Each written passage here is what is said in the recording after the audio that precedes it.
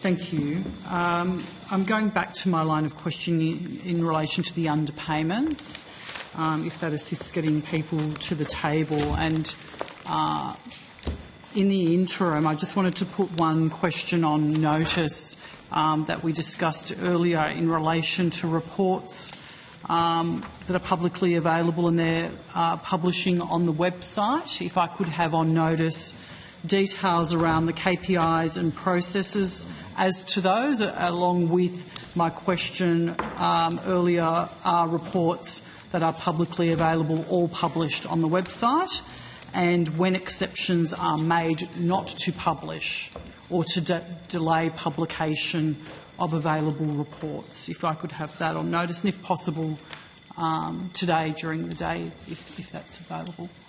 Senator, sorry, we were just doing a changeover. Deborah Jenkins, Deputy Secretary, Corporate Enabling Services. Just so I've got your question, I think what you said to me was in relation to the information that we have provided in our letter where there are links or publicly available. No, it was. I was asking questions. It was related to that, but I asked about. It was a line of questioning about reports being available on the website. Yep. And then I asked, are all available reports published?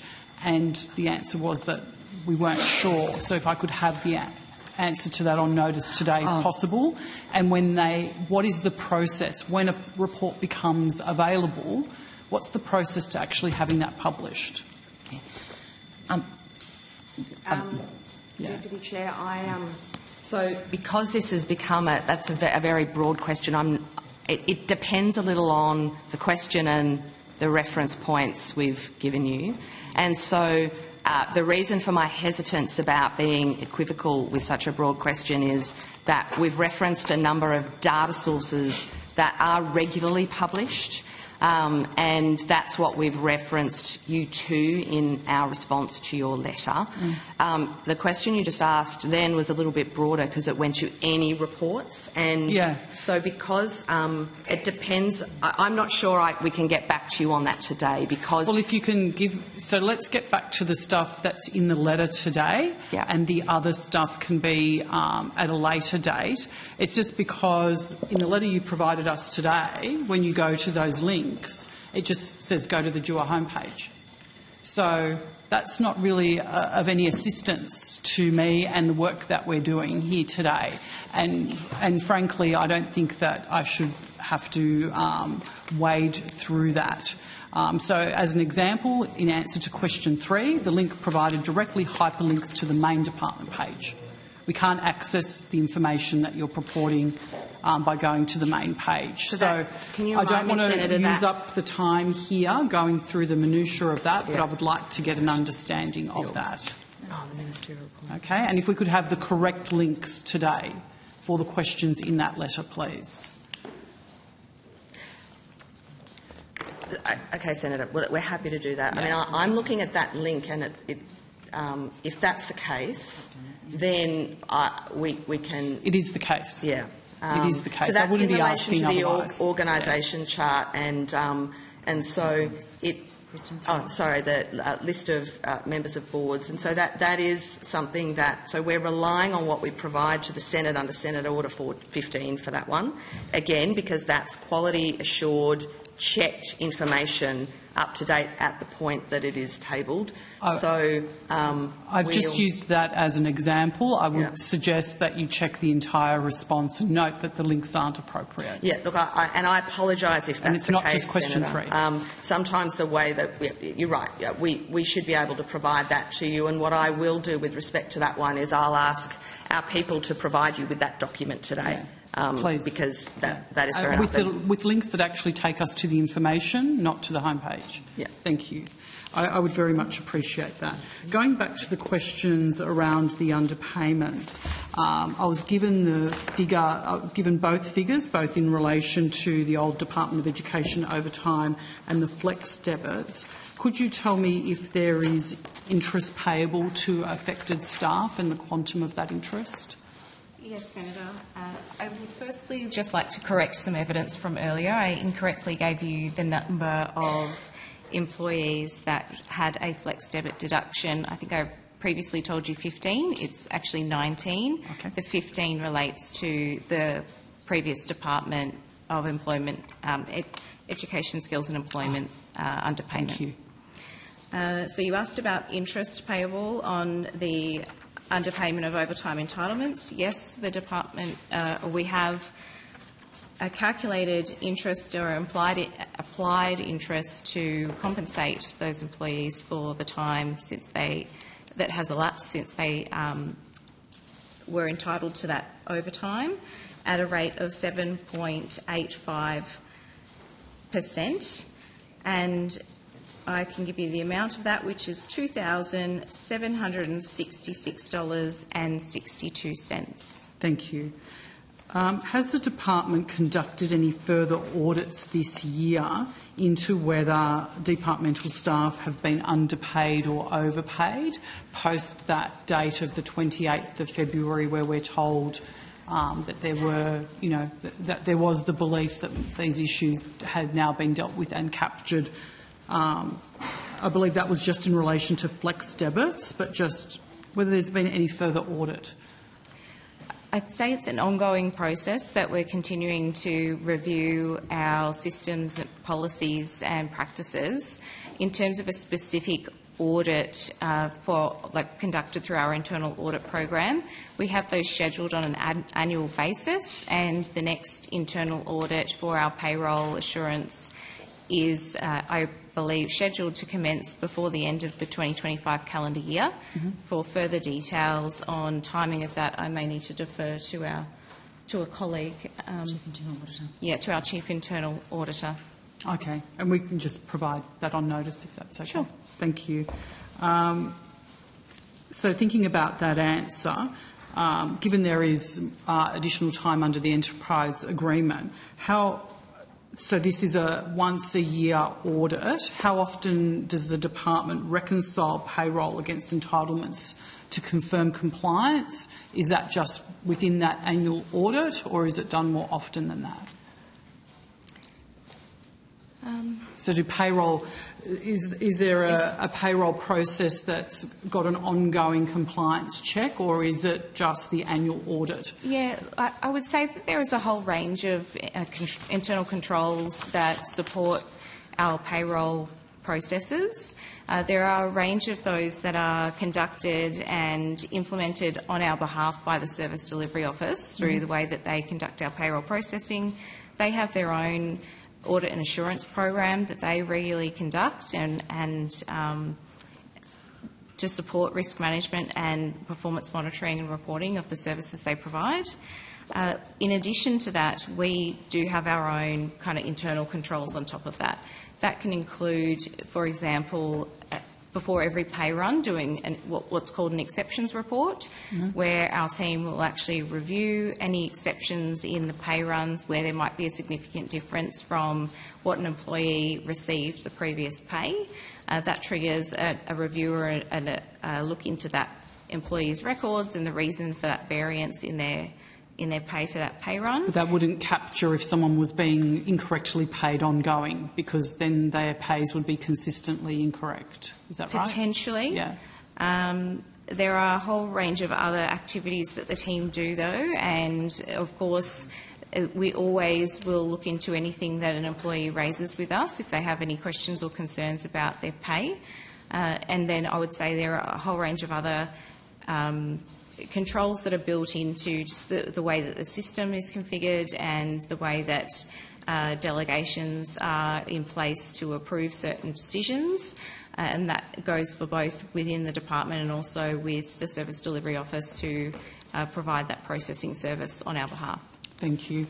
And then speaking about risk management that you raise, are there any other risk management processes in place, any additional ones, to ensure complex entitlements are paid correctly, like higher duties, allowances, overtime or flex arrangements? And you talked about those exceptions, which would actually pick them up to flag the variance. But are there any additional processes to ensure that that occurs correctly, and are they internal processes or are they external processes with the service provider?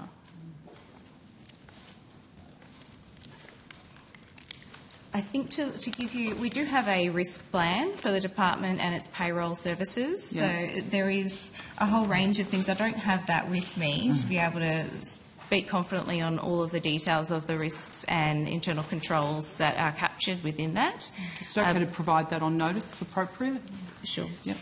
Senator, just to give a bit of colour and movement, as we talked about previously, we've obviously got processing that happens within the department, and a lot of that relies on, if you start from the beginning, which is managers, making sure they manage what people record right the way through to it being processed. Insofar as the Service Delivery Office goes, we actually get, as part of our sign-off each year, a review that is undertaken of the Service Delivery Office, including their internal processes. So that is one of the additional controls that we have, which is they get a third party to attest that their controls and processes have been reviewed, obviously because we've outsourced that part of the operations. Sure. Is there additional cost to the department of them doing that? As I understand it, that is part of the service that they provide us, but if there is a different answer, I will let you know. Thank you. Would you be able to give me an indication of how many payroll or pay-related disputes have been raised by employees of the department since December 2022? Oh, since 2022, my apologies. Senator, we'll take that on notice. Payroll disputes, because a lot of people query, they say, oh, was I paid this amount? So we get lots of questions from people. Sure. Yeah, and that's natural. Yeah. But maybe that resulted in a claim or a payment or something like that. I'm just trying to narrow that. Thank you. Or are you more referring to a formal dispute that might be lodged with the Fair Work Commission?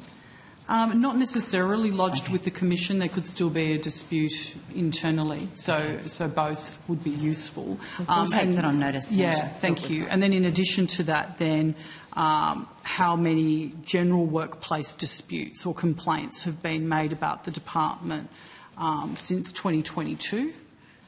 We'll take that on notice, Senator. And a breakdown of categories of disputes, so what type of disputes they were. Yeah. Thank you, Senator. And from 2022, we'll obviously do it from the date of inception of the department. Yeah. Thank you. So effectively, you'll provide a breakdown of those individual categories. Just curious, you don't have that on hand?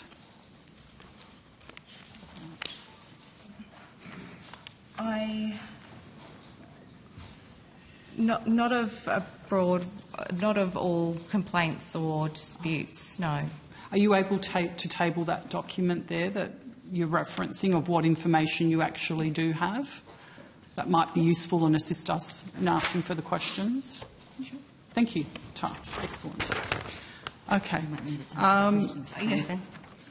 Since 2022, have there been any complaints made to the department about the Minister's office? Senator, can you just ask that question again? Since 2022, have there been any complaints made to the department about the Minister's office? Senator, are you asking about complaints that might be made by members of the public or...? No. No, not members of the public. So internal complaints, staffing complaints, yeah.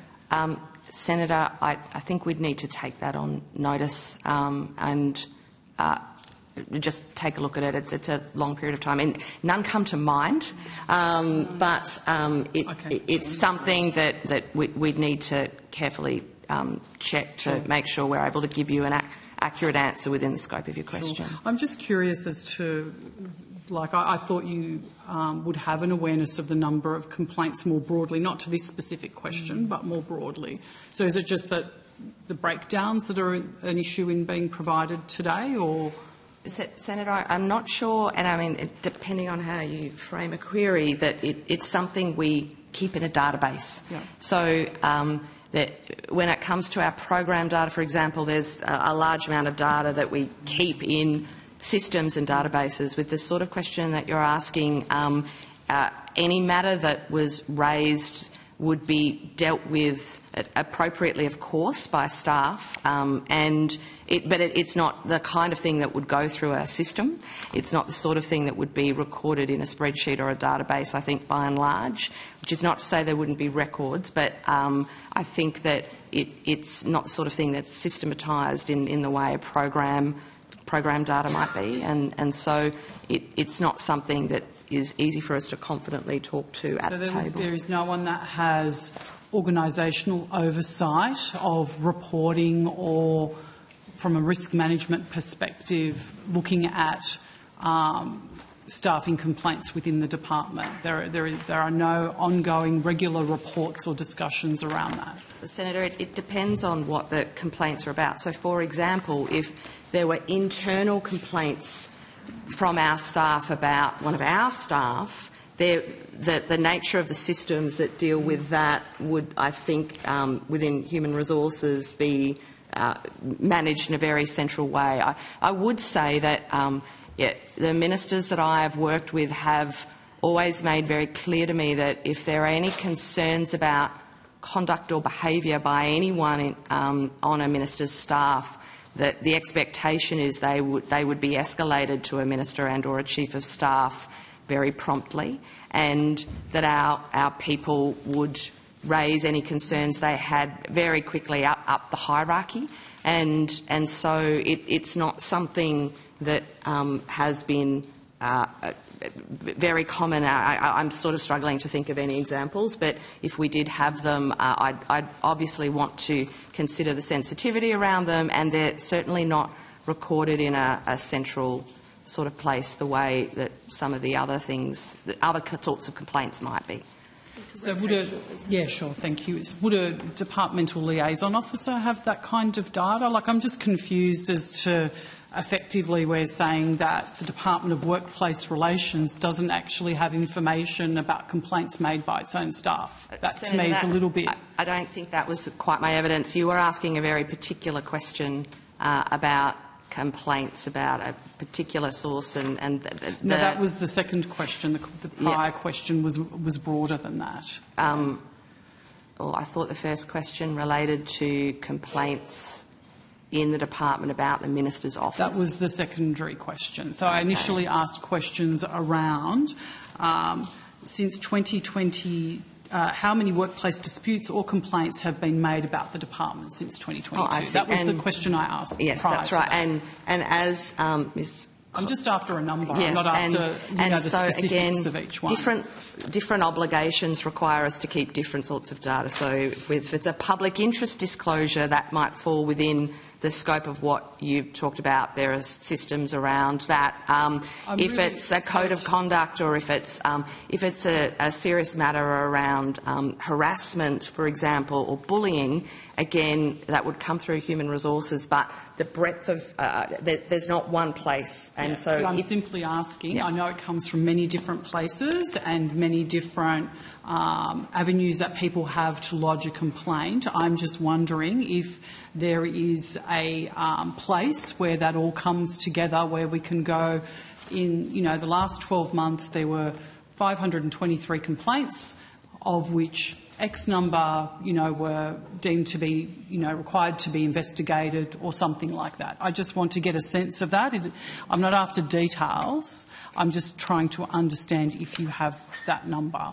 And I guess what I'm worried about is if we're saying, they're in the XYZ database, do they just sit there? Do they come together for the department to look at and go, well, we have a problem we need to address, or we don't have a problem? That's all I'm trying to understand. I see, Senator. Because complaints are a very broad term, we are fulfilling a range of statutory and other obligations, bullying and harassment, for example, public interest disclosures, but certainly our people and human resources team do report around themes that come through a range of channels, but including things like our APS census results, for example. And so there are a number of sources that we would use, and myself and the Executive Board would talk to these issues based on analysis from human resources from time to time. But in the same way we look at health and safety concerns and complaints. So there are a range of different reports, and they do come up through the governance. But because there's so many different frameworks requiring a range of different responses and obligations, we need to be careful that we're complying with those very specific obligations. I mean, you raise a good point, Senator, about the governance across the themes, and we do endeavour to do that. But not in a way we can give you data. Thank you. Look, we have Comcare and I think Fair Work later today, and I'll ask them these same questions, and they may have those numbers. If you find them prior to that and want to table them, I'm happy for you to do that. Do I have one more minute, Chair, or am I done? Well, we are due to rotate for sure, but I'll just relates to this. If you can provide the information today, if possible, as well, on how many terminations the department has processed since 2022, and if I could have that today. And in addition to that, how many incidents of improper workplace behaviour has the department had to act on, and how many since May 2025? And if I could possibly have that today as well. Thank you, Chair. Senator, could I just check, if we can't meet your exact date windows, are you comfortable receiving, say, a financial year or what have you, might be more readily available than what the particular date boundaries you've set? Available date you have. Thank you. thank you.